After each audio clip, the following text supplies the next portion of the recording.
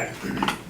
So in the Constitution, Article 1, Section 8, it says to promote the progress of science and useful arts by securing for limited times to authors and inventors the exclusive right to their respective writings and discoveries. This right is given to Congress to promote creative works and inventions being made in the world. The first law to support that, to enforce that, was put into place in 1790, and it protected a copyrighted work for 14 years, and then you could extend that for an additional 14 years if you were still alive.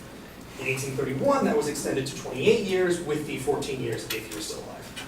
In 1909, that was 28 years with 28 years if you were still alive. And in 1976, that was extended to 75 years total.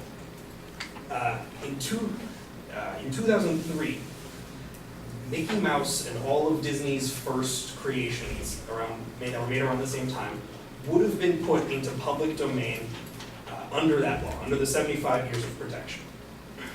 However, in 1998, Disney heavily lobbied with other companies, other media companies, to increase the 75-year protection to the life of the author plus an additional 70 years. And which means that Mickey and all his friends will be protected under copyright and won't go into public domain until 2023.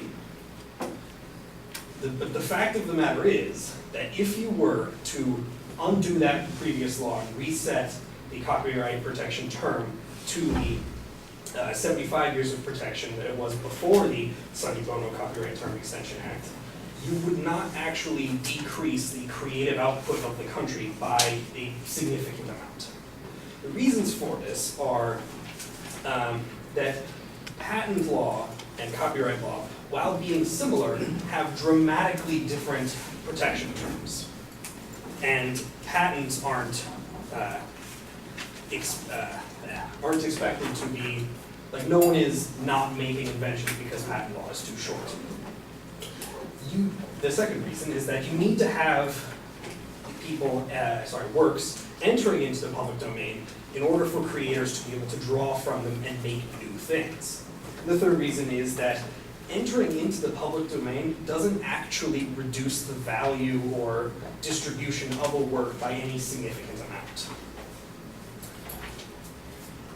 So, a patent is for inventions, right? Whereas a copyright is for creative works. And in the Article 1, Section 8, where it provides the protections of both these things, it lumps them together. It says, for limited times to authors and inventors, writings and discoveries, promotion of science and the arts. And it lumps them together because they are quite similar in the kinds of protections that they need and the kinds of things that they promote. But a patent protects the invention for 15 years at the maximum, or less. 20 years at the maximum, 15 years for a different other thing. But 20 years at the maximum for most of them, that's 15. But a copyright, as I said before, is protected for the life of the author plus an additional 70 years. That is a crazy amount more. If we round that off to the actual numerical amount, for companies or works that don't have specific authors, it's protected for 95 years. And that is more than 4 times the protection that patents get. And there isn't really any real reason why copyrights should have that much more protection. Copyright and patents are very similar. And the reason why they have these limited terms is because you need to draw from existing things to be able to make them. If I'm going to make a TV, I can't make that just out of scratch. I need a screen and some wooden paneling, and I need to have plugs and electric stuff and vacuum tubes. I can't invent the TV without drawing from existing inventions.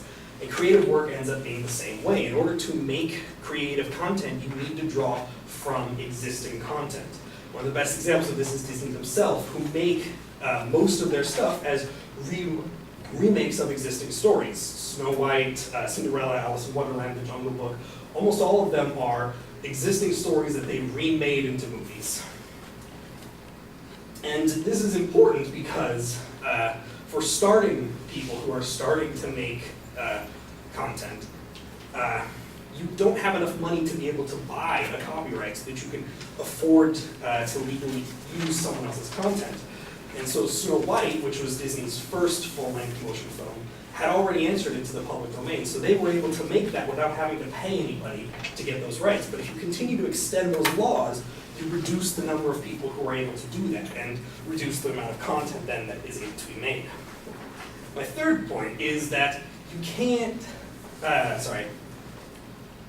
content isn't reduced in value by entering into the public domain, which is one of the biggest arguments, right?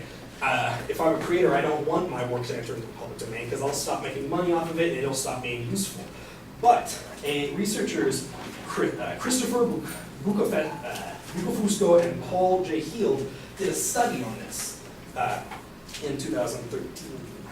And they found that in 2006, which is where they drew their data from, the study was published in 2013, 98% of the public domain bestsellers from 1913 to 1922 were still in print.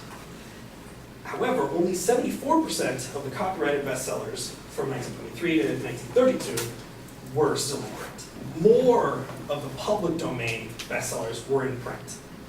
And they had comparable prices when they compared the prices of works that had been printed into audio form, which was public domain CDs of stuff were $26, whereas for copyright it was $28. And there isn't a significant difference there to validate the claim that works entering into the public domain are devalued in some way. So because they are devalued, and because you need to have works in the public domain to be able to create things, and because patents and copyrights are so similar and they don't really need extra protection, you could dramatically reduce copyright term protection without reducing the copyright the creative output by a dramatic amount.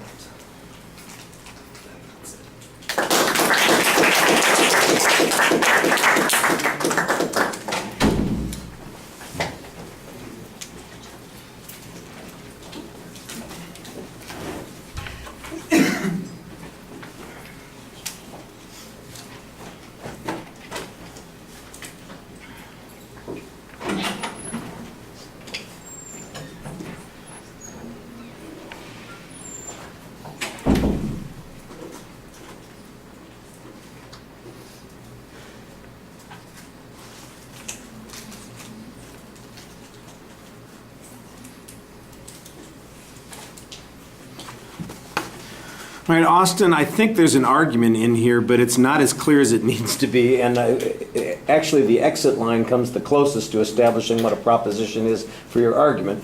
I could make sense of what it is you're saying, finally. In the long run, changing the copyright protection would have zero effect on dramatic output or creative output. There you go. There's a clear sentence. We should get that at the beginning of the presentation. Instead, we got a long history of what the copyright protections are, which I'm not saying is unnecessary, but it sure goes on for a long time. And then we get an explanation about how it's supposed to work. There is a preview of what the supporting structure is, although those points are not numerically labeled. And then once you start talking about them in the body of the speech, there's not really a signpost that tells me that's the particular point that you're on until you get to the third point. So it just felt like it was going on a long time. Finally, I made a note here. We're 3 minutes in, and I haven't really heard your proposition. And then I heard a statement that says, life plus 75 years, this is crazy. Okay, I'm going, well, maybe that's the argument that you're making here. I think there's a good argument here that the copyright laws are excessive, they are unnecessary, that they are restricting creative output. Make a declarative statement.